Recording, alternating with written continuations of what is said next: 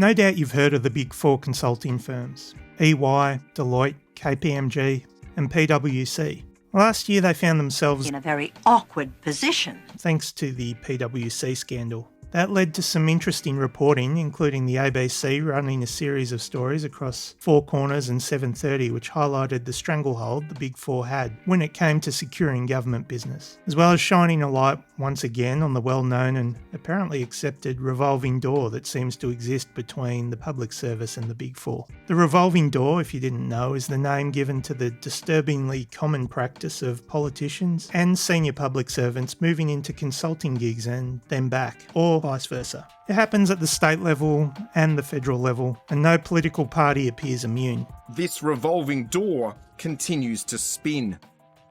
Despite Labor pledging to curb the influence of consultants, the Albanese government has appointed 3 department heads straight from the big firms. Blair Comley running health. He's just spent the past 5 years at Ernst & Young. Jim Betts, also briefly an EY partner, now heading infrastructure. And Natalie James, in charge of the Department of Employment, after 4 years with Deloitte. Crikey have compiled a decent listing of politicians and senior public servants that have become consultants with the Big Four, as well as consultants that have become politicians and senior public servants. It's a long, if not complete list. Like I said, it's common, you don't have to look too hard for examples. Revolving door. Then there's warehousing. Many politicians, public servants, ex-staffers can be warehoused in consultancies, and when government changes or there's regime change of some kind in a particular part of government, they can of course come back from the consultancy, go into the public service department and again be a friendly port of call for consultants they'd previously worked with. Interesting concept. The Big Four rake in billions of dollars, but I mean, good luck getting an exact figure, as 730 pointed out last year. Putting an accurate figure on just how much public money is spent on consulting firms is impossible. Commonwealth corporate entities only need to disclose contracts worth more than $400,000, and publicly available data from the states is inconsistent. 730 can reveal that over the past decade, state and federal governments have spent at least $10 billion on the Big Four firms. But it's likely to be far more. Last year, the Centre for Public Integrity found that Australian government spending on the Big Four consulting firms had increased by 1,270% in a decade. It's a big number. And I'm not even going to bother talking about political donations and how much the Big Four give back to Labor and the Coalition. Anyway, the Big Four, consulting, government, the revolving door. If you've read or heard any of the stories, you might be thinking it's all a bit on the nose. And on the nose is basically the short version of the findings coming out of the Senate report that came out last month as a result of the Management and Assurance of Integrity by Consulting Services inquiry, held last year. You may have caught snippets of the Senate inquiry last year, even if it was only this clip of the Deloitte CEO commenting on his eye-watering annual salary. Can I just go straight to you, Mr Powick, and say, at a salary of $3.5 million, are you really worth 7 times the salary of the Prime Minister? Well, it's a hard argument to prosecute, but it's not my position to talk about professions and different systems. Well, Mr Powick, can I just put it to you very clearly so that we get a good line of communication going on here, right? Yeah. This hearing is a legal precedent of the Parliament, a legal proceeding, and the giving of false or misleading evidence is a serious matter and it may be regarded as a contempt of Parliament. So I don't think you're going to give me incorrect information, but neither do I want you to mislead or obfuscate. Yeah. I want the truth. And if I'm asking you for your view, I'm asking you on behalf of the Australian people, not just here as a, interesting conversation between two people. You're here as the head of one of the major companies vital to the proper functioning of the markets and therefore for every single Australian superannuation, right? You've got a really important role there. So let's begin there. Mr Powick, are you really worth 7 times the salary of the Australian Prime Minister? No. Anyway, the Management and Assurance of Integrity by Consulting Services report came out last month and included 12 recommendations. Look, the report's fine, the recommendations are fine, but they really don't give me a huge amount of confidence that the cosy relationship between the major political parties and the big consultancy companies is over. This doesn't seem to be a breakup. It's more like a Ross and Rachel scenario. Labor have kind of said that they're on a break, but We were on a break! that break only extends so far.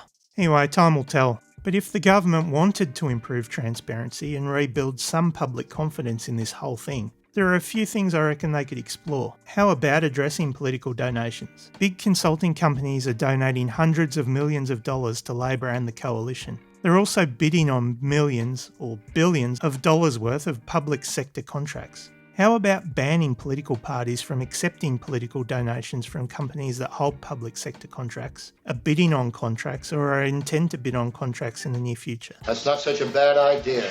How about improving the transparency of reporting? That would be nice. Make it easy for people to know how much and where the government is spending. Like 730 said, Putting an accurate figure on just how much public money is spent on consulting firms is impossible. how about if a company is found to have done the wrong thing, ban them from being able to bid on any public sector work for a certain amount of time? Yeah, maybe. Maybe not. How about trying to address the revolving door? Oh, that's a good one. How about tightening up the code of conduct for both ministers and senior public servants to clamp down on the revolving door? I mean, let's be real, at the moment there would appear to be plenty of wriggle room. If an MP or senior public servant can walk straight into the Big Four, or a partner or director within the Big Four walks straight into politics, then surely that has an impact on eroding public confidence. Whether the practice is dodgy or is just perceived to be dodgy, at the end of the day I don't think that really matters. It's often perception that matters most. You'd think that the two major parties would be conscious of this now more than ever, and they'd be trying to put some distance between themselves and the Big Four. Public perception. The optics? Which brings us to the electorate of Brisbane, a seat won by the Greens at the last election. By the barest of all margins! Brisbane is an interesting one. Traditionally, it had been a strong Labor seat until federal redistributions ahead of the 2010 election saw the Brisbane electorate lose some strong Labor ground while picking up some traditionally Liberal voting suburbs. In 2022, from between the duopoly, the Greens, Stephen Bates, pulled a Bradbury, finishing third on first preferences before skating past Labor's Madonna Jarrett to take the seat from the Liberal Party. Now, ahead of the next federal election, Labor have announced their candidate for Brisbane, and they've opted to run Madonna Jarrett again. I'm Madonna Jarrett, your federal Labor candidate. What's so interesting about that? Madonna is, if her LinkedIn is up to date, the Director Global Risk and Global Regulatory and Public Policy at Deloitte. Wow, that's a mouthful. Public policy. That's interesting. Her employment did generate some minor media interest after the last time she ran, but it was pretty minor. Anyway, from ministerial advisor and chief of staff, straight into one of the Big Four, and now potentially back into politics. It's a well-tread path, but Madonna wouldn't be the first, and she'll unlikely be the last. Now, there is no suggestion of any inappropriate conduct or actual conflict of interest or whatever else needs to be said to avoid hot water. All I'm saying is Optics. Optics. Optics. Optics. Optics. Optics. If you were the Labor Party and you lost Brisbane in 2022, By the barest of all margins! does a director from the Big Four give you the best chance of victory this time around? I mean, a large proportion of voters in Brisbane are renters, and I'd have thought that might make it difficult enough for Labor to gain ground as it is. I mean, the rental situation has only gotten worse since 2022, and I mean, if you're renting and most of your weekly wage is going to a landlord, would you be more inclined to vote for the party that has at least advocated for renters, or the party that appears too scared to address that particular problem? Anyway, I digress. No doubt Labor have done their polling and are confident that a director from the Big Four is their best chance against a sitting Greens member, who appears to be a renter himself, mind you, advocating for renters, in an electorate made up of a large proportion of renters. As an outsider, I find this absolutely fascinating, to be honest, and it's definitely going to be a seat to watch come next election. Anyway, I think, if nothing else, Labor's decision in Brisbane probably gives us a tiny insight into their actual level of concern with public perception when it comes to the Big Four and how far their tentacles are reaching into government and the public service. These companies that once traded just in audit have spread so far across society and into government. Their tentacles are everywhere. They now consider themselves the power with a government beneath them, a government that they control and have power over. And I'm very concerned about the entire sector. Actions speak louder than words.